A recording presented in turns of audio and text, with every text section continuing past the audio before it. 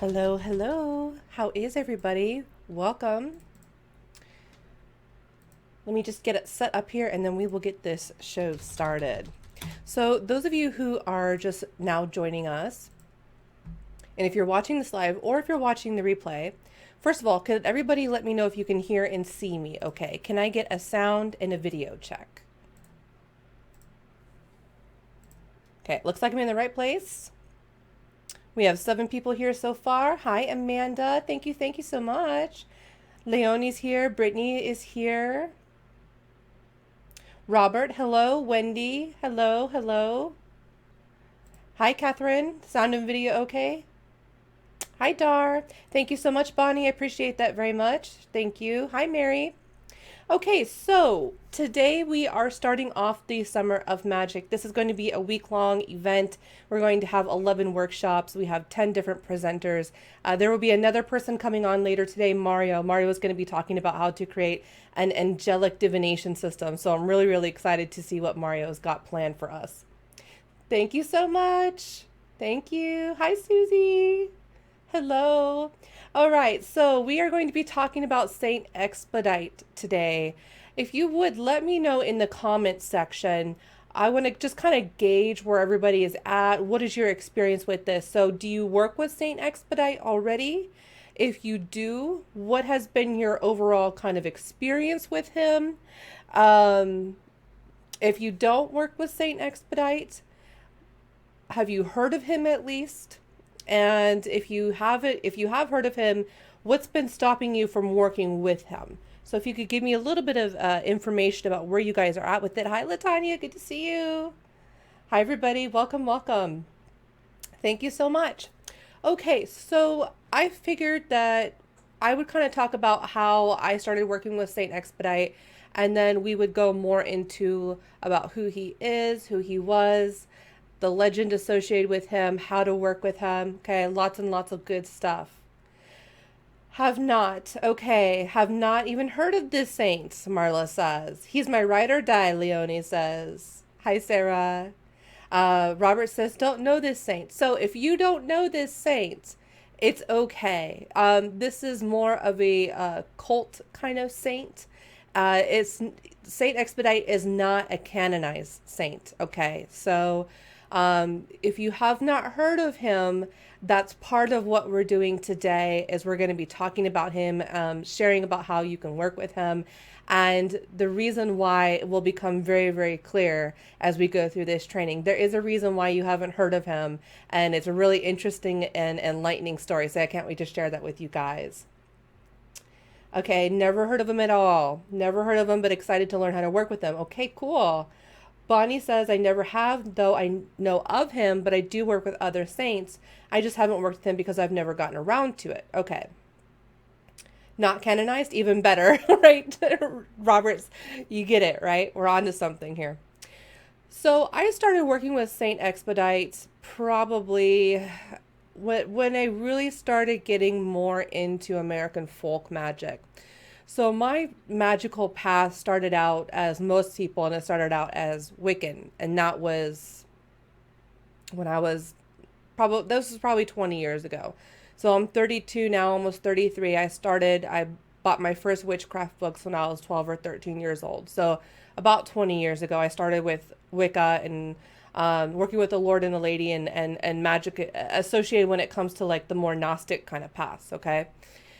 Um, I did Wicca for a really, really long time. In fact, I even went all the way up to my third degree. I went to multiple Wiccan schools. I went to Witch School International, the Nativist Corellian tradition. I also went through the Aquarian Tabernacle tradition. So I went through a couple different traditions.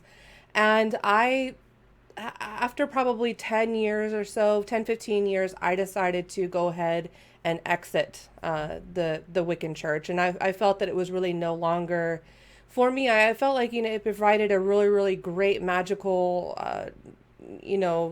foundation. And I learned a lot about energy and magic, but I really didn't feel like it was really my life path, my lifelong path. So then I started, but I really, really liked getting into the more like Hermeticism. So that's kind of how I got into tarot as well, is I went through the Hermeticism route and I started studying like the Golden Dawn. I started studying Aleister Crowley. I started studying Rosicrucianism. I started studying more Western kind of occultism because I really like the magical aspect of it. I just didn't like the religious aspect of Wicca because Wicca is a magical system, but it's also a religious system as well, right? And so as I started studying more into Hermeticism, and I also kind of grew up with folk magic around me. So my paternal father, my father's family, they are originally from France. They came over, I think the 1700s or so, right? And they came over from Normandy and they settled in Quebec. They settled in Canada, in Quebec area. And my great great great grandfather was like a fur trader, and his son ended up, I think it was his son that ended up marrying an Ojibwe woman, and then fathered Métis. So my ancestors are on my paternal side Métis, which is French Canadian settler and Ojibwe Native American. And so they began to start settling. They settled in like Michigan. A lot of my family is still in Michigan, Iron Mountain area. Really heavily involved with the Métis over in there. And then they started, over the years, over the next 200 years or so, they kind of settled down more south of the United States, and they kind of went through all the way to New Orleans, to Louisiana. And then on my mother's side, my grandmother is from Pennsylvania Dutch, and so her tradition is more powwow. And both of those traditions, the Métis are predominantly Catholic. The French people, the Acadians is really what they are called. The Acadians are mainly Catholic. And so I had like Christian on my mother's side, and then I had like Catholic on my father's side. And both of those traditions, my family was never really about going to church. It was never really about that, but they did use biblical magic.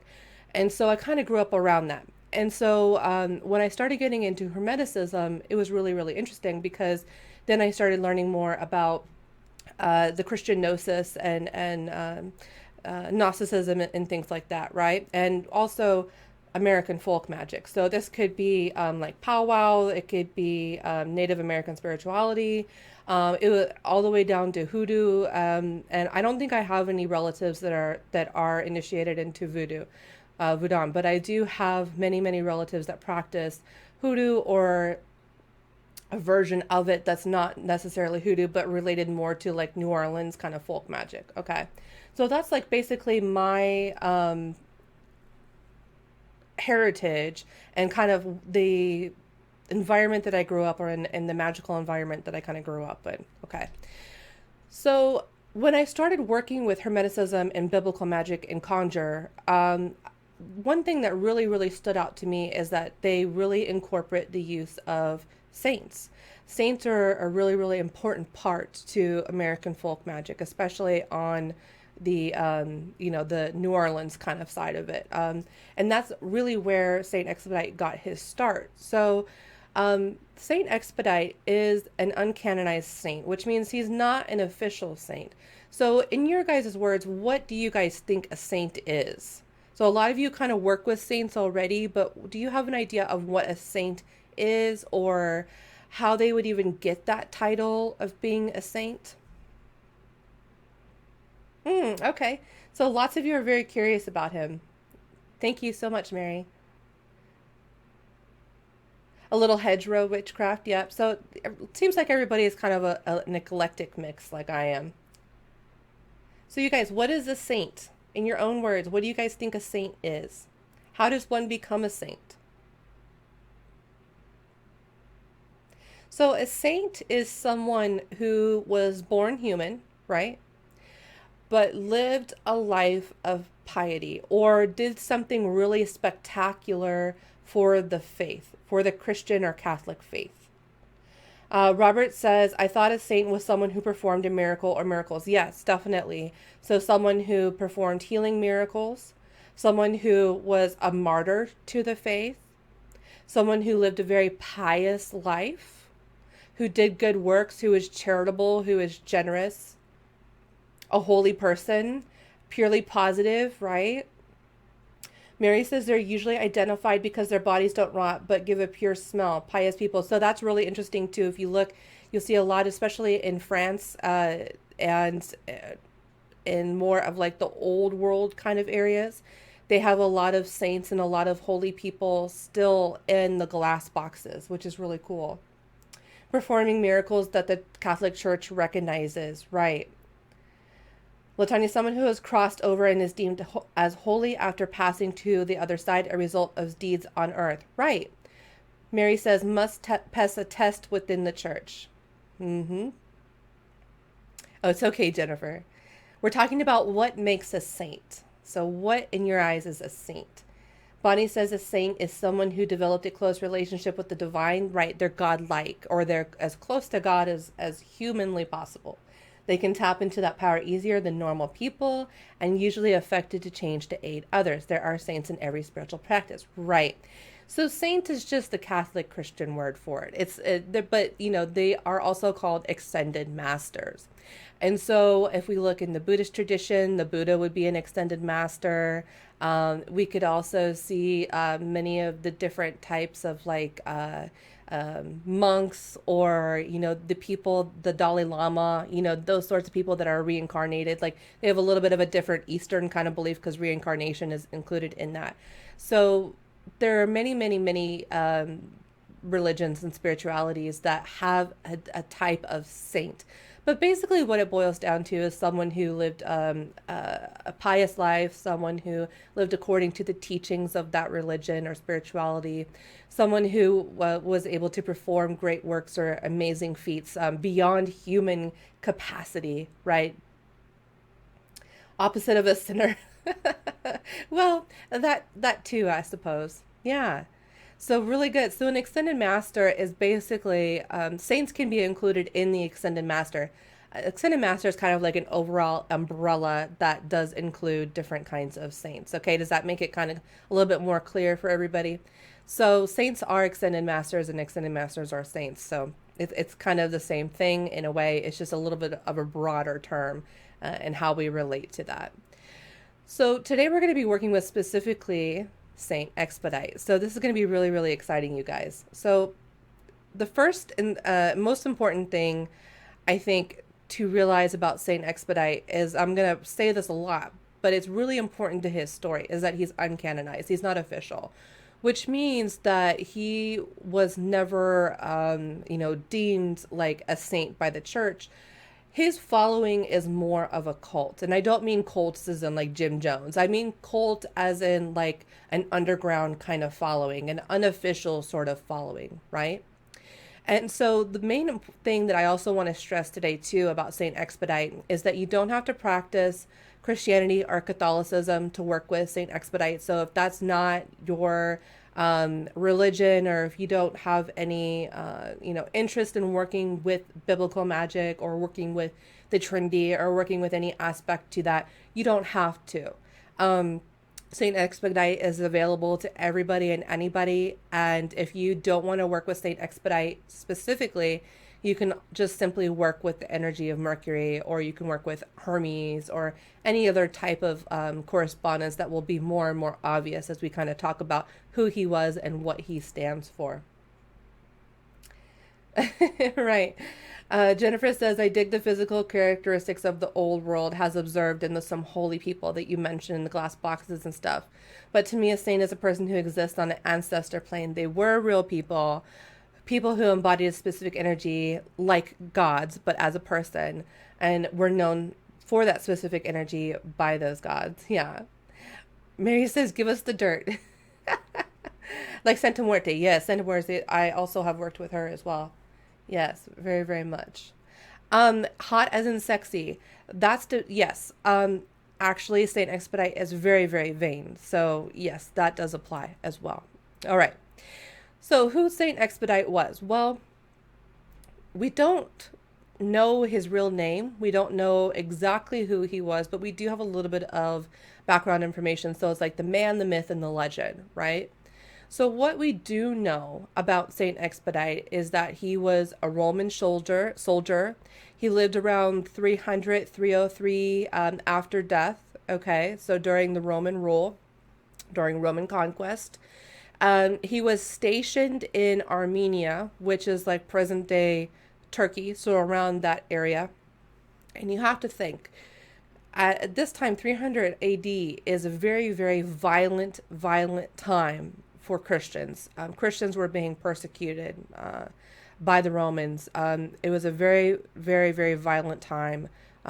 Christianity was considered more of a cult than it was an official religion. People that were regarded as Christian or Catholic were kind of seen as bad people, or like how we would consider like the liberal left now, like, and I'm liberal left, but it's kind of like the socialism, they were kind of seen as, people that were more about like for the people and not necessarily for the state. And so they were, considered to be really treasonous, right? And so around that time is when the Christian cult was really starting to take over. It was really becoming more and more popular. And so what the Romans would do is they had these special forces called centurions. The centurions would be like today, they would be like the Delta forces, or they'd be like special ops, or they'd be like black forces, or they'd be like the elite of the elite, right? The special assassins. And basically what they would do, Saint Expedite was part of this as his Roman human name. We don't know. So I'll just refer to him as Saint Expedite. But he would basically go around and he was like a marauder. They would go around and they would kill Christians. And so Saint Expedite, little was known about him other than he was a Roman centurion and that he was stationed in Armenia/Turkey, and that he was part of these special forces that would go around and basically killing Christians and beheading Christians. That was the way that they killed them, was to behead them. Okay. So somehow along the way, he had a change of heart. He decided that, this is wrong. And he started listening to the missionaries. He started listening to the people that were preaching about Jesus Christ and his faith and stuff like that. And so as it turns out, he starts having a change of heart. He realizes, actually, this is wrong. I don't agree with killing these people anymore. And he turns into a traitor to the Roman state. He turns into someone who is practicing treason because he refuses to kill any more Christians. He has a vision, and this is very common when it comes to saints. You can usually have some sort of story along with saints that they have visions from God, or they have some type of visitation by God, okay? And so you have to understand there's a couple different parts of this. So he would have the vision that Satan would appear to him as a crow. And in Latin, CRAS, which is on the banner. If you look in, I know the image is kind of difficult to see on the screen, but if you Google images Saint Expedite, you will see him with a crow under his foot with the banner CRAS, cra. And in the Roman language, they spoke Latin and also Greek, but in Latin, the phonetic version of, we say caw caw, crows go caw caw. The phonetic version of that was cra cra, right? And so Saint Expedite had this vision of this crow. He was about to be baptized as Christian, okay? So Saint Expedite was about to be baptized. He was about to convert to the Christian faith. And he had this vision of this crow coming and saying, as Satan, coming to him and saying, cra, cra, which means in Latin, cra means tomorrow. So basically the vision was symbolic of Satan coming to him and saying, oh, put it off tomorrow, convert tomorrow, right? And so what happened is that he decided to convert. He converted to Christianity, and then he was shortly beheaded after that. Now, when Saint Expedite was alive as a Roman soldier, he was really known as to be ruthless. He was a ruthless person. He was very efficient. He was very good at killing Christians. That was really good at. He was really good at what he did. He was very fast. He could find people. He could travel very fast. So these are some of these connotations that we have when it comes to the swiftness of Saint Expedite, right? However, his name is lost, and that's mostly because he became a Christian martyr. If he would have stayed a Roman centurion and continued to kill Christians, then we would probably, he would probably be really celebrated today, right? We would probably know what his name was by the end of his lifetime, because his great works would be written down. But because he decided to convert to the Christian faith and become a martyr and become beheaded, it's kind of like the Romans, the last thing that they could do is make sure everybody forgot who he was, that nobody knew who he was, that he was just some ex-Roman soldier, some Christian in an unmarked grave somewhere, right? Does that make sense? Uh-huh. The centurions got rid of the Gnostics who were an actual threat to them. Mm-hmm. Mm-hmm. Okay. So he's beheaded now, right? So we don't actually know the name of him. We just know that he was a Roman centurion. We know that he um, converted to Christianity, and that he had the vision of the crow that was coming to him, that was as Satan, and telling him to put off his conversion till tomorrow, tomorrow, tomorrow, right? And so how did Saint Expedite from there, from being someone who's no name, that we don't know who that person is, to actually become an unofficial saint, right? So what is the story there? So there's a lot of different ways that this story is told, especially culturally, like in the Caribbean and Haiti and those kind of places. It's told a little bit differently. In Europe, it's told a little differently. In the United States, it's told a little differently. Okay, so we don't actually have really the specifics. This is more of like the legend of who he is. So I'm going to tell you the New Orleans version of this, but just know that you're going to find that a lot of different cultures, a lot of different places, all are going to have their own sort of story around this. Some of the details and the timeline is going to be a little bit different depending on who you ask. All right. So there are many different versions of this. The one we're going to talk about is in the 18th century and about the 1700s. All right. So, regardless of when it happened, the main details of the story don't really change that much. So, the place will change, the timeline will change, but the actual details won't really change. So, it was some point during the French Revolution, around that period in the 1700s, around the time of the Louisiana Purchase that was going on in the United States. There were already Catholic churches set up in the United States, right? And there was already convents. So there was one convent in particular called the Ursuline Sisters. That was attached to Our Lady Guadalupe, I believe, that church. Okay, so it was like the convent associated with that church. Two different places, though, I do believe. And so legend has it that the nuns, the sisters, the Ursuline sisters, were receiving a shipment from France. They were receiving these big, big boxes of statues to put up so they could hold novenas for their saints. A novena is basically like a celebration of the saints. A typical novena is about 9 days long or so ish. It's usually like they light candles. They spend all day in prayer. It's a time to ask for certain things, petitions for healing work to be done, right? But it's also just like a celebration of the saints, but also a good time to bribe the saints with candles and flowers and foods and things that they liked, to get some things done, to see some miracles take place. So the Ursuline sisters were unpacking these big boxes of statues of the saints, and they received this one statue. These statues are very, very big. They're like over 6 feet tall. They're multiple tons. They're made of pure, I think marble is what they were made out of. But they were, or is it like an marble? I think it is. And so they were unpacking all of them. So they get through this guy and, okay, they know who that is. They get through this guy. They know how that is. They get to St. Expedite's box. They open it. And lo and behold, inside the box, there is no information about who this person was other than they were a Roman centurion who was a martyr for the faith. Okay. So they write to, so they talk to the bishop. The bishop says, okay, I don't know who this is. So they write to one of the mother churches in France, right? And right now it's a really tumultuous time because they're going through the French Revolution.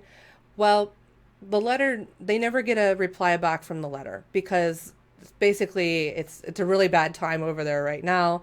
And so the nuns kind of joke around that because on the box was written expeditus or expedite, which is basically Latin for fast. So when you expedite a shipping, right, it goes really fast. It's like priority shipping. So it was just labeled expedite on this. So they kind of made this sort of inside joke. Okay, we don't know who this is, but we'll just call him Saint Expeditus or Saint Expedites for short. And so the sisters jokingly named him Saint Expedite, which was kind of like a tongue-in-cheek reference to what was written on his box. All they knew that he was a Roman centurion. That's it. So they didn't want to disrespect him because obviously he was a martyr, but he was just unknown. So they decided to go ahead and put him up in the church. They put him in his own little crevice and everything. And they started doing the novenas. It came time around to do his novena. And during novenas, like I said, it's usually a 9-day period of feasting and celebrations and prayer and petitioning and things like that.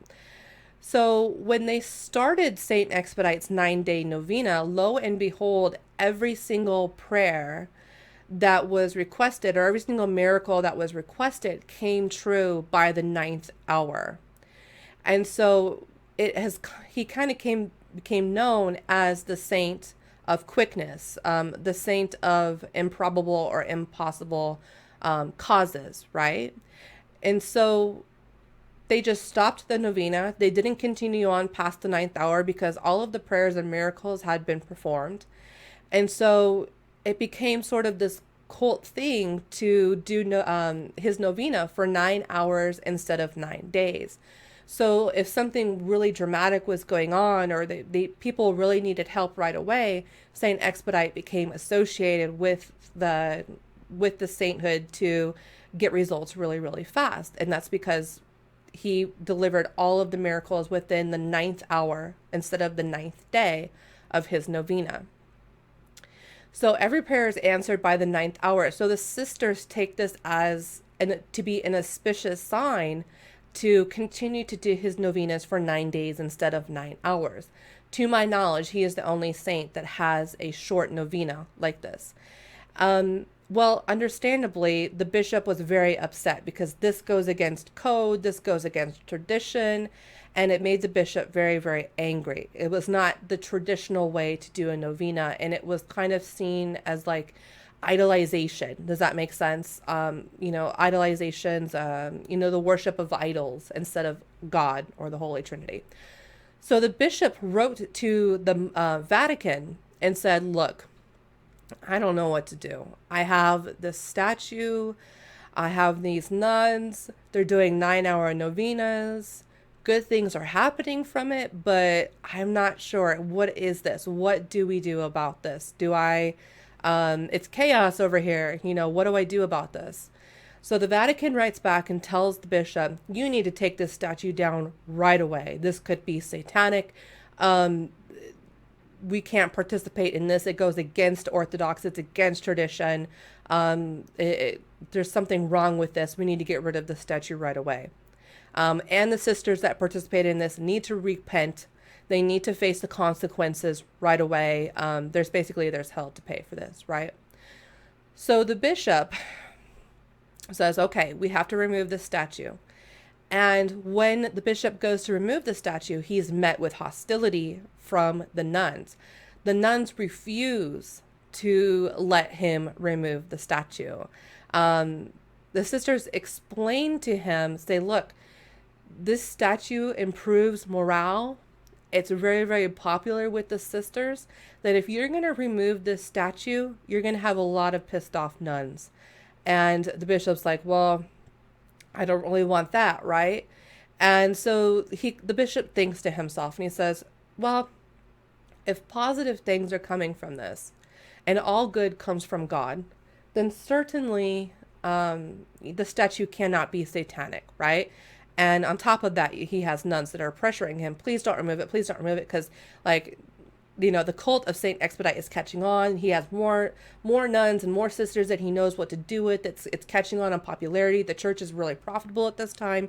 He's scared that if he takes down this statue, that women are going to leave the convent, they're going to leave the church, they're not going to make as much money because they have people coming in. Think about it. If you had a local church around your area and says, no, you don't have to come celebrate with us for 9 days. You can come celebrate for 9 hours and all your prayers will be answered. All the miracles will be given to you, right?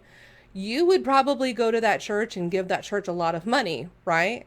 So he was like, okay, I can't get rid of this because I'm going to lose money. I'm going to lose my nuns. I'm going to lose respect. I'm going to lose popularity. And so he decides that because nothing bad has happened with this statue, because only good things have come from it, he's like, okay, I'm going to leave the statue up. He goes against the wisdom of the Vatican and says, okay, I'm going to let the statue stay.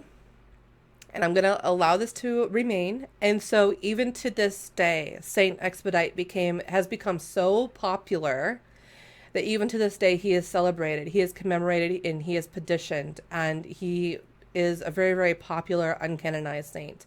If you don't know of him, it's probably because you spend a lot of time in the Catholic Church and they're not going to want to talk about him, right? But if you have relatives in New Orleans, or you grew up around New Orleans and in that kind of area, or you're you practice hoodoo or conjure or some type of biblical magic, you know of him because he's really popular with the people in that locality. And his popularity has grown. He's really, really popular in the Caribbean. He's really popular in Haiti. He's popular everywhere now. It's been, 300 years now. And his cult has just caught on everywhere. It's really, really big in Spain and other different areas like that. So what do you guys think about this story? Thank you, Marielle. Mary says, this is why I'm not Catholic anymore. I'm into idols.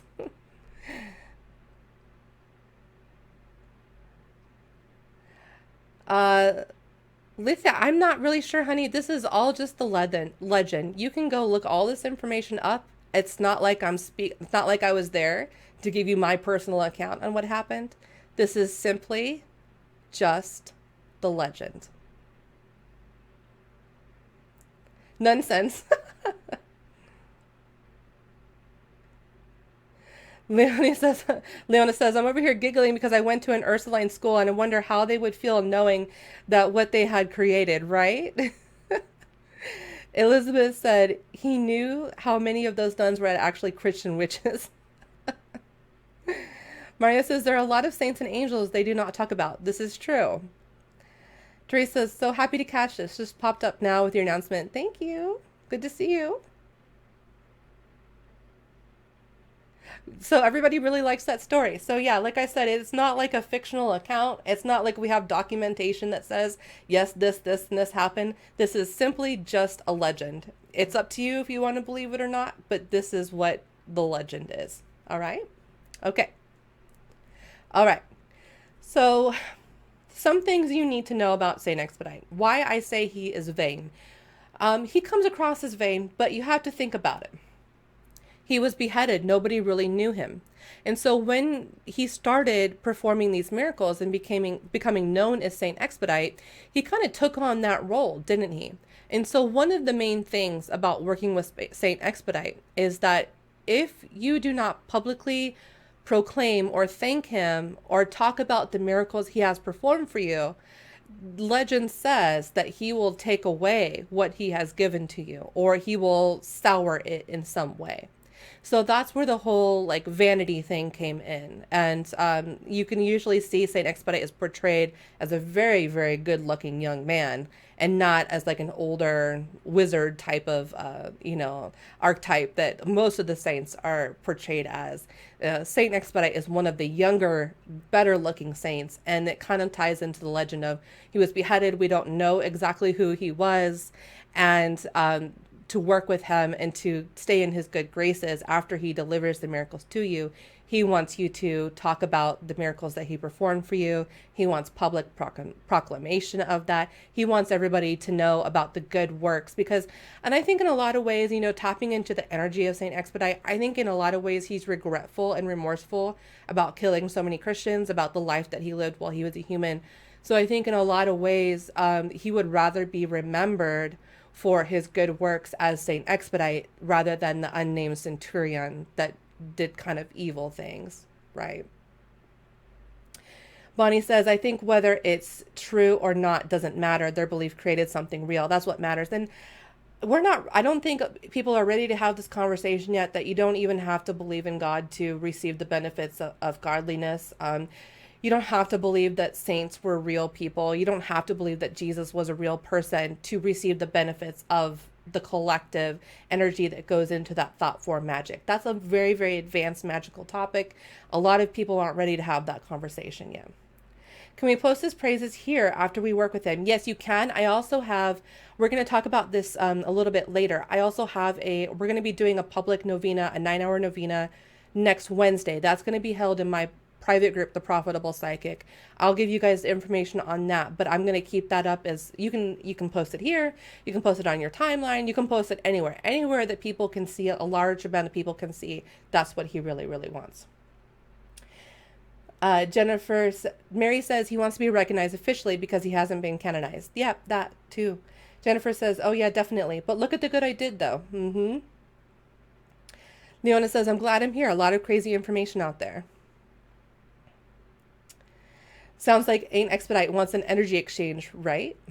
Okay, so now that you kind of know about Saint Expedite, you kind of have a background information about who he was. How can we start working with him and what kind of miracles are best to kind of work with him with? How can we set up a space? How can we bribe him to work with us and to deliver those miracles? What are some of the dangers involved with working with Saint Expedite, etc., etc.? So that's what we're going to be doing now. Oh no, I'm not going to be live for 9 hours. I'm basically just going to set up, I'm going to set up an altar, a temporary altar, and I'm just going to burn my candles for 9 hours. So no, I won't be live for 9 hours, but I am going to do an altar and give you guys updates on that. So we'll be doing that. I'm going to get him all the nice things that he likes and make it, I'm going to kind of do like a feast day in a way. His feast day, by the way, is in April. Some people celebrate it on April 1st because he is associated with the trickster, Mercury, Hermes kind of energy. If you, like I said, if you're not really into saints, you can sort of work with that energy. Just know that it's not the same. It's not obviously Saint Expedite. It's obviously Mercury/Hermes. But if you're really into correspondences, then you can certainly work with that type of energy if you're not comfortable working with the saints. Yeah. Okay. So let's start talking about like what are some reasons why we would want to work with Saint Expedite. So Saint Expedite typically favors people that are going through something very, very difficult that they need a quick turnaround. So court cases and judgments are really popular with Saint Expedite. You'll see a lot of people do court cases, judgments, or like if you really need like some new evidence or a witness to come through, that would be a good reason to use Saint Expedite. He's also associated with Saint Michael, by the way, so there's some kind of association there as well. If you have anything broken appliance-wise, if your car breaks down, if your oven breaks down and you need it right away, like so your oven breaks down and you're hosting a gathering next week of 50 people and you need your oven to work, working with Saint Expedite would be a good option to work with him. Now, you have to kind of understand that Saint Expedite is a saint, and so he is now pious. which means that if you are someone that's, you know, dating someone and they're married and you want to break up that marriage, Saint Expedite's not going to come through with you for that, unless there's like abuse going on in that situation where they need to get out right away or something along those lines. Like it, whatever you do, however you petition Saint Expedite, and for whatever reason, it must be justified. It can't just be because this is what you will, right? There are other entities that you can work with in regards to that. But if you are going to work with saints, saints are not going to do something that's unjustified. They're not going to do something that's going to hurt other people. They're not going to do something that is satanic, right? So it has to be, April 1st is also in Aries. That's a really good correspondence there. Yeah, definitely, for sure. I think using him for the current atmosphere of protests and civil rights would be appropriate. Yes, absolutely, for sure. Anything where justice is needed, or, it's kind of an emergency, or if you need some money right away because your rent is due and you're not going to be able to pay your rent and you could be facing eviction, that's the time to call on Saint Expedite. So he is the saint of improbable or impossible causes. So anytime that you need something to come through like real quick and it's a matter of life and death, or it's a matter of like, it's going to severely impact your life or other people in a very, very negative way, that's the time to work with Saint Expedite.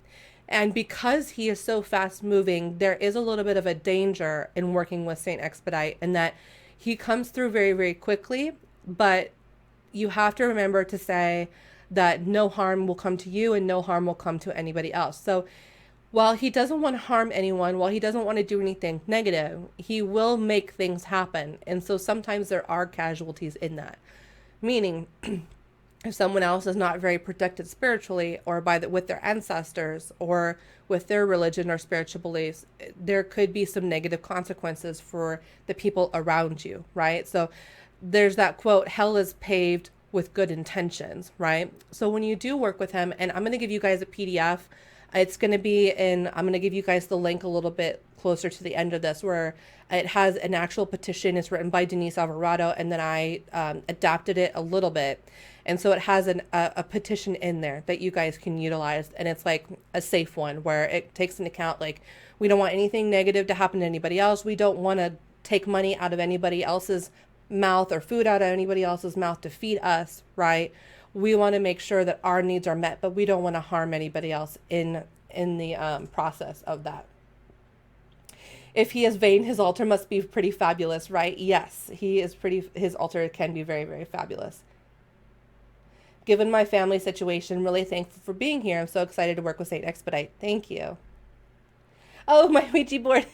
Yeah, that Ouija board is probably 20 years old. That was my first Ouija board I ever got. Mary says, I recently worked with him and Archangel Michael with the issues of school bullying, police, etc. Yeah, so you can work with him with Archangel Michael. That's a really powerful combination.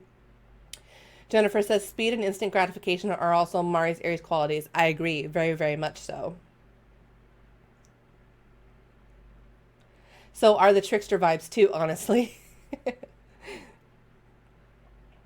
Oh, that's super important. Sometimes we want things fast. We forget about the consequences of that, right? I agree, moving too fast can have unfortunate consequences. It's pretty simple, but he likes public praise and acknowledgement. That's the most important thing, that you have to praise him. Yes. Erica says, I've asked Saint Expedite to stop people from talking lies about me, and in a few days they were silent. Yeah, he works very fast. I can tell you, I've literally never had a situation where I've petitioned Saint Expedite and I haven't gotten some type of resolution. Sometimes the resolution isn't exactly what I wanted, but it's always a resolution I needed, if that makes sense. Okay. So let's say you want to put together an altar. Do you have to put together a permanent altar for Saint Expedite?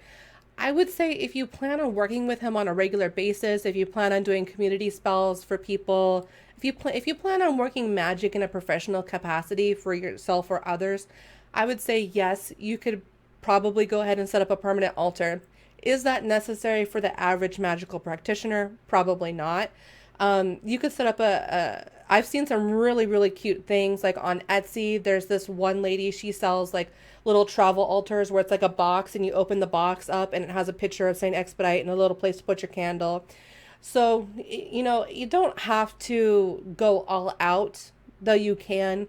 The most important part is the public praise. These other things are more bribery to get him to pay attention to you because Saint Expedite's a busy person, right? It's a busy saint. So we can do things to kind of bribe him. So some of the things that he likes that you can utilize on your altar, and here's the important thing, is you don't want to give him the things until after he comes through to you, right? You don't want to, it's not like Santa Claus and leaving cookies out, right, to thank him. You want to make sure that you hold off on giving him the best of the things that you're going to offer him until after you get the results from him. And you can even say in your petition, once these things manifest, I will give you the rest of the goods, right? Elizabeth says, when you do the public praise acknowledgement, you don't have to give the details of what you ask. Correct. You can just say, thank you, Saint Expedite, for coming through. I petitioned you. You delivered the miracles and answered my prayers. And all thanks to you, all gratitude to you, all public acknowledgement to you. And that's good enough. That's good enough. Right. You can just say, thank you, Saint Expedite, for coming through. And then you could link to this video for people to learn about it, or you could write an article about Saint Expedite. That's why I chose Saint Expedite to do like the first guy that I'm going to talk about this week, because he's come through a lot for me and I want to give him that public acknowledgement. Other people need to see it, right? So it needs to be a public acknowledgement, or it doesn't have to be like public where everybody can see it. Everybody and your mom and your aunt and your Uncle Joe, they don't need to see it. It's mainly for the believers and the people that would otherwise petition him anyways. So working with Saint Expedite and things that he likes rum, any type of sweet type of alcohol. So here's how I kind of do it. So I'll put up like a candle. So these are the candles that I typically use right here. These are 9 to 10 hour novena candles. They're votives and they're specifically for 9 to 10 hours. Okay. So I will set the novena up. I'll take this and I'll rub some olive oil on it, depending on what kind of spell I'm doing. If I want to manifest money, I might put some sugar and some cinnamon and some cloves and some allspice in there. If it's a healing work, I might put some like peppermint or, clove or some other hyssop, that sort of stuff. If it's a love spell, I might do some catnip, some jasmine, some lavender, those kind of herbs. So you can anoint your candle with olive oil. And olive is traditional for saints because the olive branch. Okay, one of the sacred oils in Catholicism. Yes, there is a statue of him still at Our Lady of Guadalupe in New Orleans. Yes. Therese says, one of the things I'm realizing from this talk is learning how to venerate and thank the different guides that we ask for help. I kind of generally just thank them and connect with them the same way, and I'm really why my results seem so random. I'm feeling motivated to really learn and honor who I'm working with, and I think that's an important part of it. I really do think so. If you are a saint, you might feel taken advantage of too if there was no real effort done, and maybe that could be how it is. Does this mean things can backlash even if you say thank you, if you don't be careful with the petition? It doesn't, I wouldn't say backlash. I would just say unexpected consequences. These are red. So the candles you want to start with are red. That's predominantly the candles that you want to work with. He also likes gold or yellow, and he likes green in that order. So if you don't have red, do yellow. If you don't have yellow, do green, or do like a mixture of those. Okay. So I'll anoint it with some olive oil. I'll roll it in some herbs appropriate to what it is that I'm trying to manifest to give it some extra oomph. And I will put out a glass of water and a small glass of rum, just a shot of rum. And the reason why we do this is really part of ancestor veneration. When you are working with ancestors or any spirits on the other side that were once human, any type of ancestor, okay, just basically means once human. It's just a polite thing to do. When someone walks into your house or when you meet someone, the polite thing to do is to offer them something to drink. Okay. So offer him some water, a little glass of water, some filtered water, nice water, and then offer him a little glass of rum. So say, here, here's a little, just listen to what I have to say. If you just sit here and listen to what I have to say, listen to what's going on in my life, listen to what I need your help with. Here, I want nothing more else from you. Here's a glass of rum. The drink's on me, right? And so that's how we begin to get his attention, is we offer him some rum and some water, and we do it with a red candle.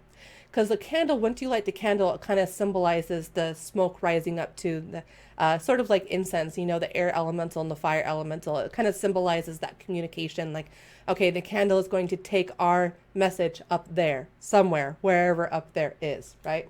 Yes, red roses. So that's what I start with. I start with the rum and the water and the red candle and anointed in the herbs, okay?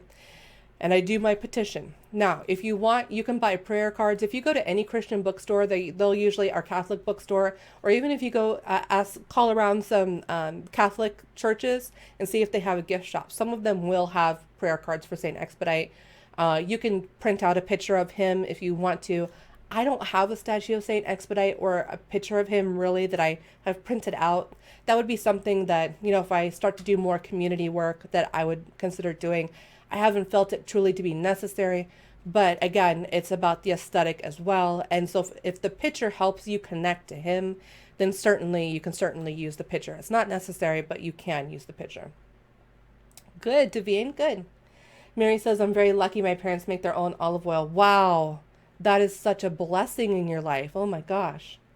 Latanya says, Christina, when you say public acknowledgement, does that mean sharing your experience with other people, like on social media, or with friends of a like mind? Also, using a picture of him on the altar, is that sufficient? That is sufficient. But typically, it's going to come in where you're going to want to give him the goods after he comes through, and we'll talk about that next. You would just talk about it with like-minded people. So Saint Expedite doesn't want you to face any hardship. So if posting on your public timeline and your Uncle Joe sees that and he's, Baptist and he's going to tell you that you're satanic, don't post it there. Post it in a hoodoo group, or post it in a folk magic group, or post it in one of my groups, or post it on your own business, social media, that sort of thing. But just make sure you have an audience. That's the most important part. So then I'll light my candles. I typically use the 9-hour novena candles, the 10-hour votive candles. You can find them at the dollar store, okay? I get these off eBay. They're called Mega, MEGA candles. They're votives. They come in a 12-pack. I think I paid $10 for this. But you could go to the dollar store. You could go anywhere that has candles, okay, and use those. Just try to find candles that work in a 9 to 10 hour segment, okay? Give him 48 hours. Give him at least 48 hours to come through, right?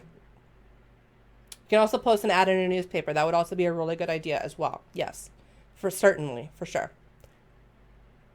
Yeah, you don't have to post the actual details unless you want to.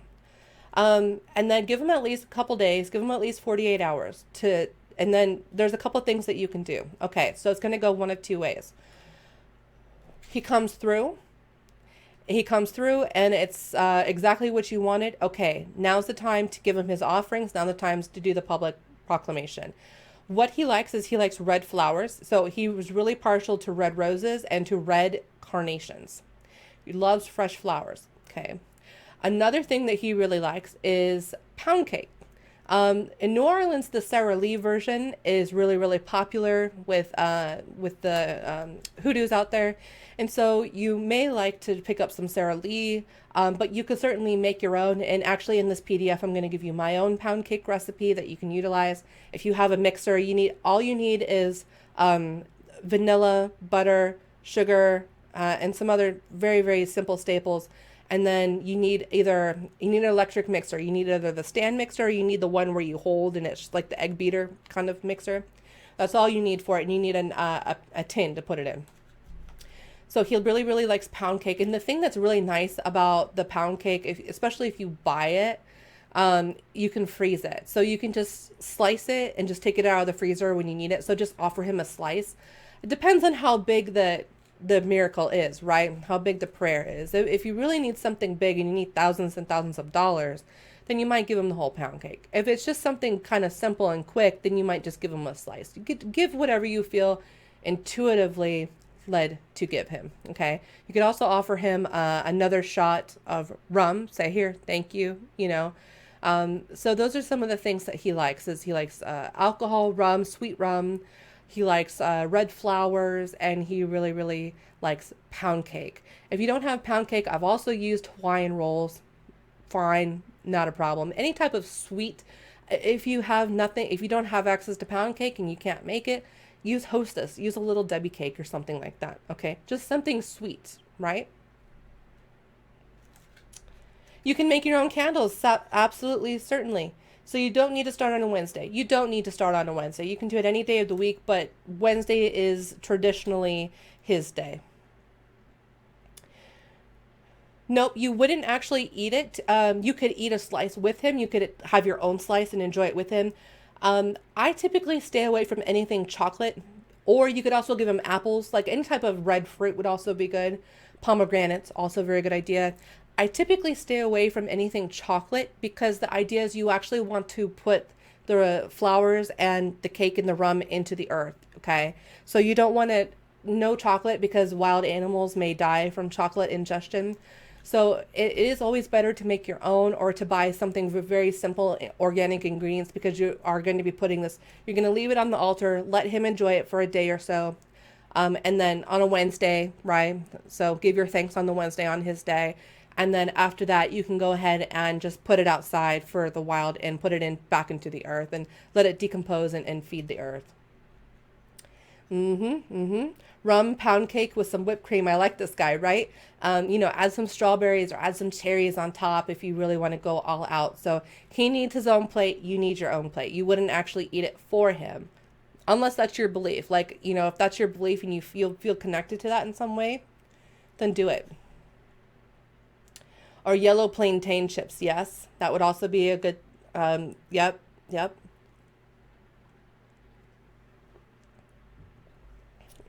Anything that's like red, yellow, green, and sweet. Twinkies, yeah. Has anyone ever tried a masculine cologne as an offering? That's a really interesting, I like that idea a lot. I think St. Expedite would be considered metrosexual nowadays. You know what I mean?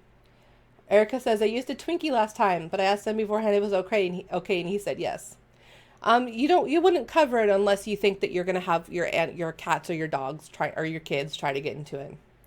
Bonnie says, I like to eat with them when I make food offerings. I'll set a plate and then for myself and sit with them for a minute, and then I'll leave the offering on my altar overnight, then put it in my flower pots. Yes, that's awesome, Bonnie. Awesome. Can you place him in other places than an altar? Yeah, I suppose you could. Like maybe perhaps like a garden near some flowers. Watermelon would also be really good too. Yeah. Ants. Yeah, that would also be a problem as well. It is ant season right now. Yes. Okay. Does anybody have any questions about how to petition him other than needing the petition, which will be in the PDF? Does anybody have any questions about what to offer him? So the process is this. You petition him. You give him the rum and the water and the candle.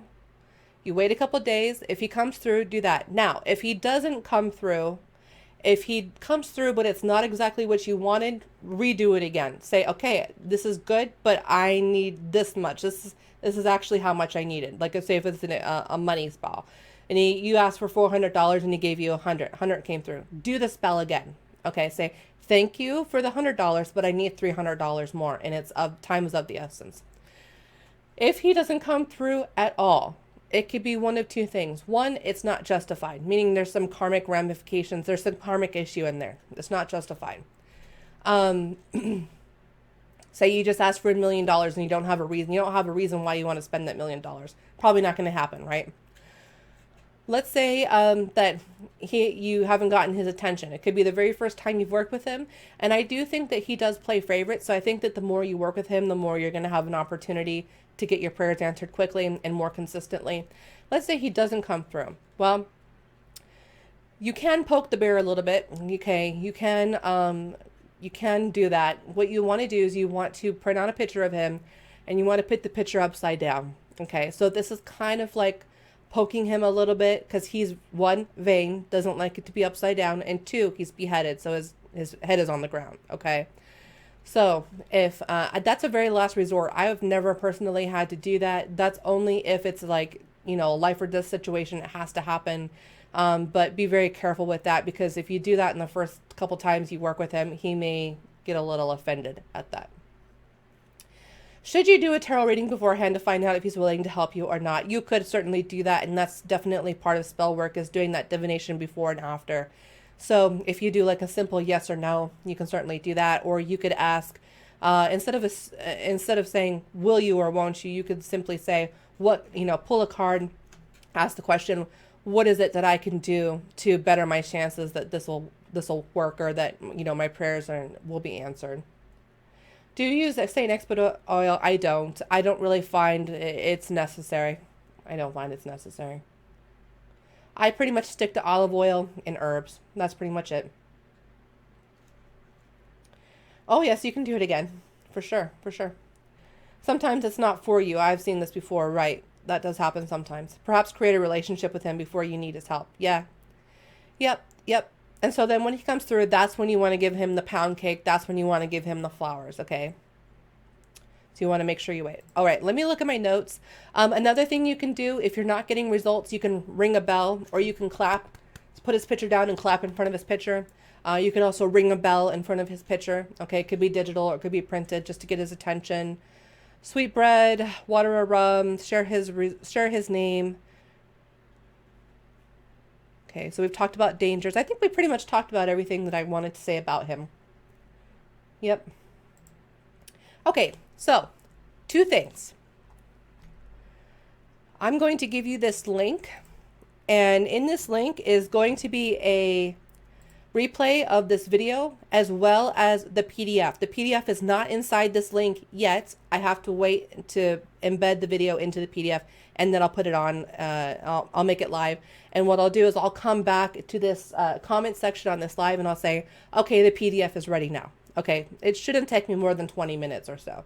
So what I need you guys to do, if you want that PDF and you want a replay of this training, I need you to go to this academy. This is my academy website, okay? It's free. It won't cost you anything. Sign up and create an account here, all right? And then enroll in that course. And that's where I will give you guys the PDF and anything else I choose to put in there, all right? Now, the second thing that I need you guys to know is that we are going to be doing a novena next Wednesday. It is going to take place inside my private group, The Profitable Psychic.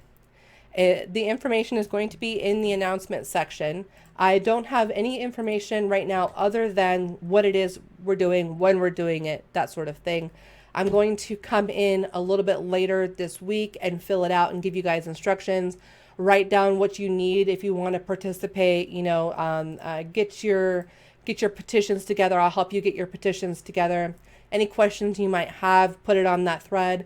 And then we'll just start utilizing that thread for when we do public community St. Expedite work, which I don't know, maybe we'll do a couple times a year, you know, just something.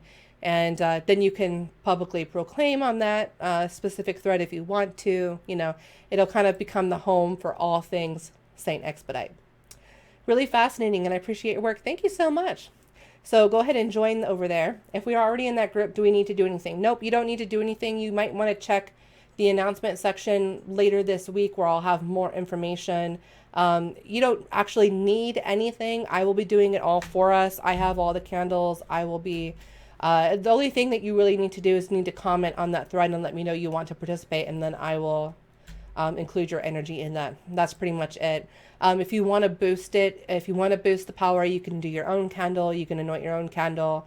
You can make some pound cake if you want to, right? Because remember, if he comes through for you, you want to make sure that you're going to be able to get access to some sweet cakes and some flowers, or it doesn't have to be both. It could just be either or. I'm going to do a really interesting one this time. I'm going to do a apple spell. So it's going to be really interesting. I've never seen it done this way. So I think it'll be interesting for you guys to watch. You guys are so welcome. Can we do a group mutual petition for success in abundance? Yes, absolutely, for sure. We can do that. If we receive our petition early, do we need to ask for 9 days? Nope. Nope. Nope. You don't have to. If we do we petition for 9 days if we're doing it by ourselves? No, it's a 9-hour novena. Saint Expedite is traditionally a 9-hour novena. If you're not getting results, then you want to carry it to the 9 days. Maybe you want to redo your spell every 3 days. Okay, 3 by 3 equals 9. Do you use a specific sigil to anoint the candle? I personally don't. What I could do is I could carve some dollar signs in it, or I could carve some hearts in it, or some stars if people want to be more well known or famous. Hearts for love, money for success. You know, I could. That's really more what I'll actually sit down and think about when I'm doing the actual spell.